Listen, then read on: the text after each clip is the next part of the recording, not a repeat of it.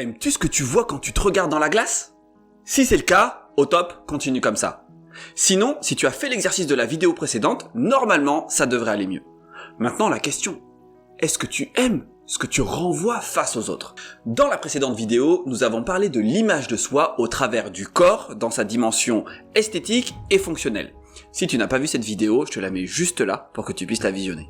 Et aujourd'hui, nous continuons d'explorer la question de l'image de soi. Mais avant tout, pense à t'abonner et à cliquer sur la cloche des notifications pour ne rien manquer. Et il va y avoir beaucoup de contenu.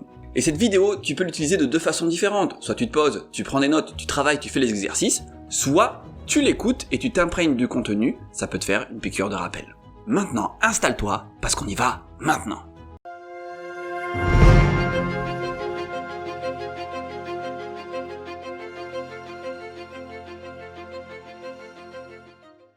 Hello chers héros, chères héroïnes, ici Lishan, formateur, coach, hypersensible et spécialisé dans l'accompagnement de l'hypersensibilité. J'espère que tu vas bien.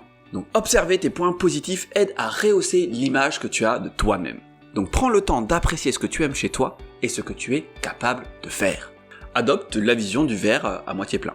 Bien sûr, vouloir s'améliorer, c'est très bien. Et en même temps, comme je te l'ai dit juste avant, savoir apprécier ce que tu as déjà, c'est top, parce que sinon tu deviendras un insatisfait chronique. Et ça, ça craint. Et comme tu as pu le voir, le corps est une composante importante de l'image de soi. On l'a vu juste avant. Mais ce n'est pas la seule. Il va y avoir aussi les vêtements, qui vont te permettre de te mettre en valeur, ou pas. Ça dépend comment tu t'y prends en fait. En tout cas, les vêtements vont renseigner sur ta personnalité. Donc c'est important d'y faire attention. Et avec ça, la place que tu as dans la société et le rôle que tu y joues vont aussi imprégner l'image que tu renvoies. Là, nous parlons de ton statut social. C'est ce qui va te donner un statut au sein de la société. Donc aujourd'hui, on parle du style vestimentaire et du statut social.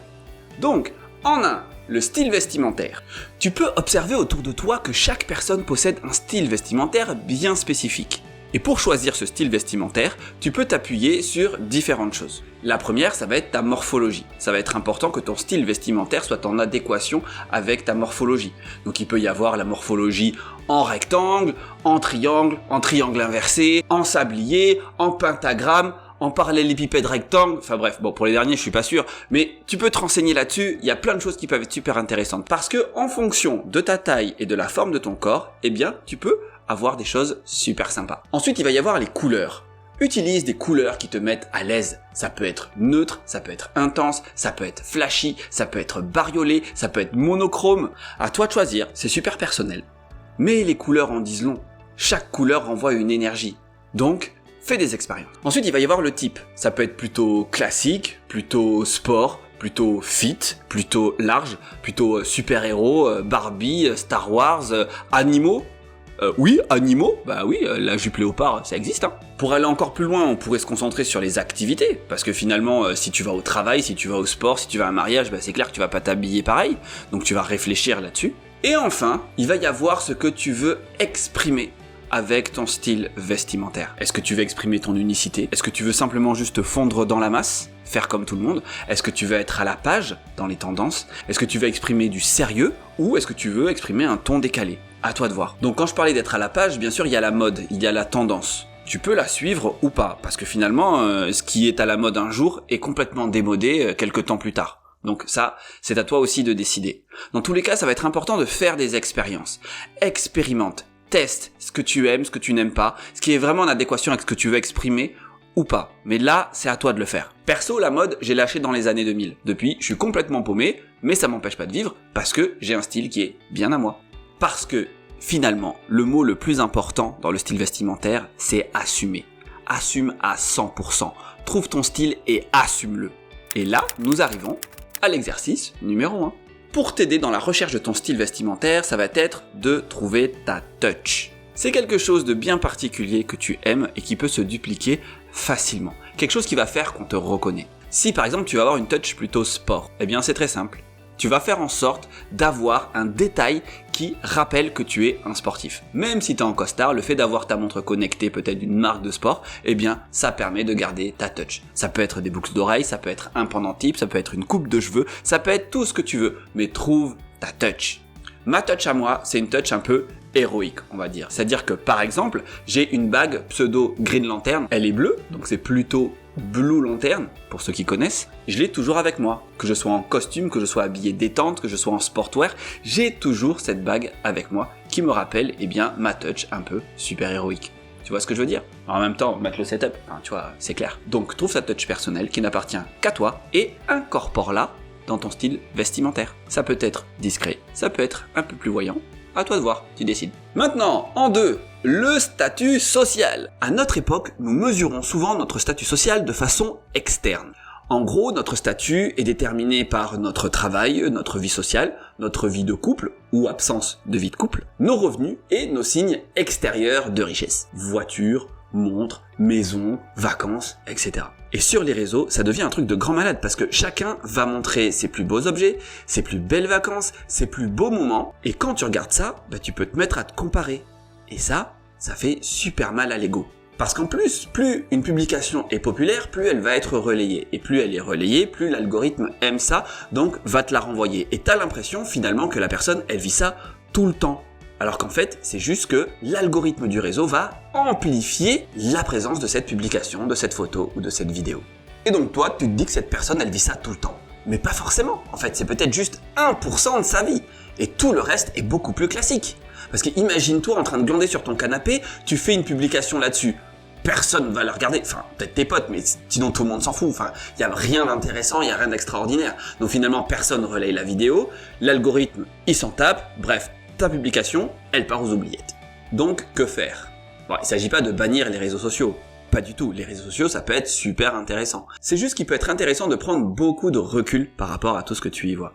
Et surtout, d'arrêter de mesurer ton statut social de façon externe. C'est ça le piège. Les réseaux sociaux ne font qu'amplifier ce piège. Parce que déjà, il faut comprendre que mesurer ton statut social de façon externe, ce n'est pas fiable du tout. C'est comme de regarder la photo d'une personne en tenue de karaté avec une ceinture noire. Là, naturellement, tu vas dire « Ouah, elle est super balèze, elle a dû s'entraîner des années, faut pas que je l'embête, sinon elle va me casser la gueule. » Ok. Et après, peut-être tu retournes la photo et tu regardes Halloween 2019, déguisement en champion de karaté. Tu vois, c'est important de ne pas toujours se fier aux apparences. Parfois, ça peut être complètement fake. Donc maintenant, si on revient à la base du statut social. Le statut social est basé sur ta contribution à la société. Plus ta contribution est grande, plus ton statut est élevé. Et ce qui se passe, c'est qu'une grande contribution amène une grande rétribution. Et une grande rétribution amène plus de possibilités de vivre une vie qui te ressemble vraiment, ou une vie extraordinaire, on pourrait dire. Et ça, c'est observable par le plus grand nombre. Parce que toutes les expériences que tu vis quand tu te fais plaisir, etc., eh bien, tu peux le montrer aux gens et les gens vont le remarquer. Et là, les gens vont se dire, ouais, t'as un super statut, c'est génial. Et ce qui va se passer dans la tête des gens, c'est qu'ils vont se dire, ok, cette personne, elle a une vie extraordinaire, donc elle a des rétributions extraordinaires, donc elle a une contribution extraordinaire, donc des compétences extraordinaires, et donc, c'est une personne extraordinaire. Et c'est pour ça que certaines personnes veulent montrer qu'elles vivent une vie extraordinaire pour augmenter artificiellement leur statut social. Parce qu'elles se disent « je montre que j'ai une vie extraordinaire, donc les gens vont se dire que j'ai des rétributions extraordinaires, une contribution extraordinaire, des compétences extraordinaires, donc que je suis une personne extraordinaire. » Après c'est vrai que tout ça, ce cheminement-là, il est très inconscient. Donc, qu'est-ce qu'on peut faire à la place? Maintenant que tu sais tout ça, tu vas pouvoir faire le chemin inverse. C'est-à-dire, mesure ton statut de façon interne. Garde à l'esprit que tu as des compétences uniques, donc il n'y a pas à chercher une hiérarchie.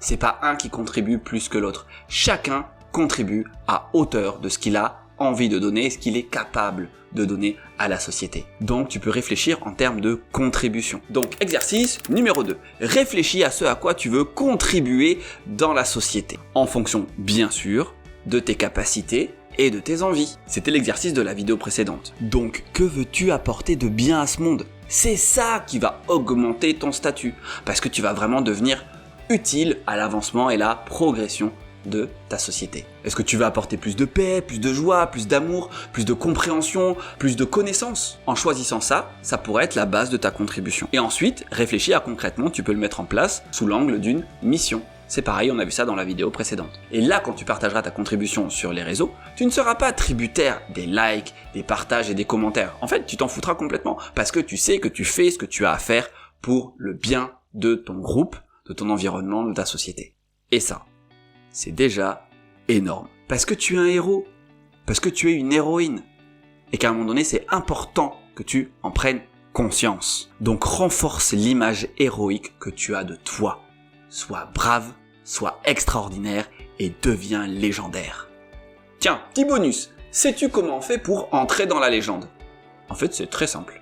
Fais en sorte d'accomplir quelque chose qui vient du plus profond de toi, qui te fait pleinement vibrer, où tu peux y mettre toutes tes connaissances, tes compétences et tes qualités, et qui feront que quand toi tu partiras, les personnes qui ont bénéficié de ce que tu as produit parleront de toi avec le sourire aux lèvres et la lumière dans leur regard. La prochaine fois, nous parlerons de la confiance en soi. Prépare-toi, on va rentrer dans le dur. Si cette vidéo t'a plu, je t'invite à la liker, n'hésite pas à me faire un petit coucou en commentaire, ça me fera super plaisir. Et si jamais tu penses que cette vidéo peut aider quelqu'un, tu peux lui partager, ça lui fera plaisir, ça me fera plaisir, ça fera plaisir à tout le monde. Donc c'est vraiment une bonne façon d'améliorer ce monde en apportant du bonheur. Donc vas-y. En attendant, je te souhaite une agréable journée, prends soin de toi et je te dis à très vite. Salut!